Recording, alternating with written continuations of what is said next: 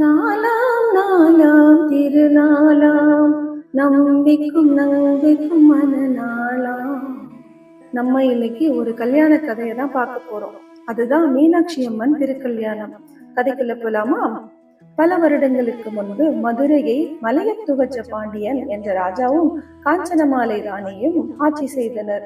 அவர்களுக்கு குழந்தை இல்லாததால் ரொம்ப கவலையா இருந்தார்கள்.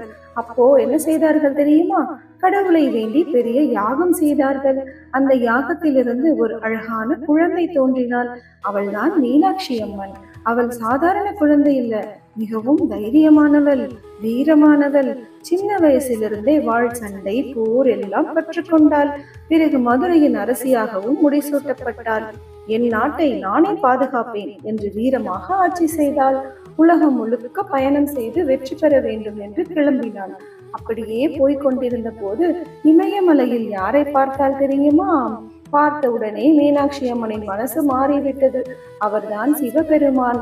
அவளுக்கு சிவபெருமான் மீது அன்பு வந்தது. அப்போது சிவபெருமான் சிரித்துக் கொண்டு, மதுரைக்கு வருகிறேன், உன்னை திருமணம் செய்து கொள்கிறேன் என்றார். அதுக்கப்புறம் என்ன? மதுரை முழுக்க ஒரே கொண்டாட்டம். தேவர்கள், மக்கள், இசை, மேளம், பூக்கள் என மதுரை நகரமே திருவிழா போல மாறிவிட்டது. பிறகு சிவபெருமான் சுந்தரேஸ்வரராக மதுரைக்கு வந்து மீனாட்சி அம்மனை திருமணம் செய்து கொண்டார். அதைத்தான் இன்று வரை மீனாட்சி திருக்கல்யாணம் என்று சித்திரை திருவிழாவில் மிக விமரிசையாக கொண்டாடுகின்றனர். கதை பிடிச்சிருந்தா ஒரு லைக் போட்டுட்டு சப்ஸ்கிரைப் பண்ணுங்க. இந்த மாதிரி வேற ஏதாவது கதைகள் தெரிஞ்சுக்கணும்னு ஆசைப்பட்டீங்கன்னா கமெண்ட் பண்ணுங்க.